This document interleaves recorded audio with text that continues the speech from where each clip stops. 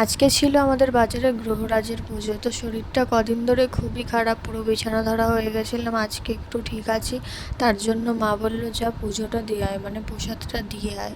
তো প্রত্যেকবারই আমি এখানে পুজো দিই, কিন্তু এবার হয়তো ভগবান চায়নি যে তার পুজোটা আমি করতে পারি। তো সেই জন্য শরীর খারাপ এতটাই যে আমি পুজো করতে পারলাম না। বছরে এই চৈত্র মাসের শেষ শনিবার আমাদের এখানে এই পুজোটা হয়, তার জন্য দেখো প্রচুর লোক এখানে পুজো দিতে আসে। এতটাই ভিড় ছিল যে কাছ থেকে ভিডিও করতে পারিনি।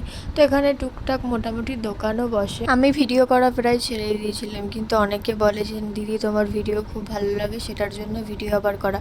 তো এখানে দেখো মেশিন দিয়ে প্রসাদ মাখানো হচ্ছে, এতটাই ভিড়। তারপরে একটা জিনিস দেখাই তোমাদের, প্রসাদ নেওয়ার জন্য দেখো এতটাই লাইন, মনে হচ্ছে যে এখানে মনে হয় সোনা দিচ্ছে।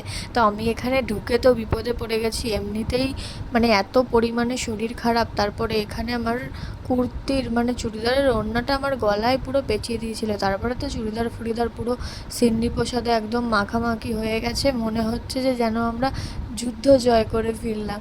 এখানে দেখো আমি, আমার ভাই আর ভাইয়ের একটা বন্ধু চলে এসেছে। তোমরা পাশে থাকলে এরপর থেকে প্রতিদিনই আমার পেজ থেকে তোমরা ভিডিও পাবে।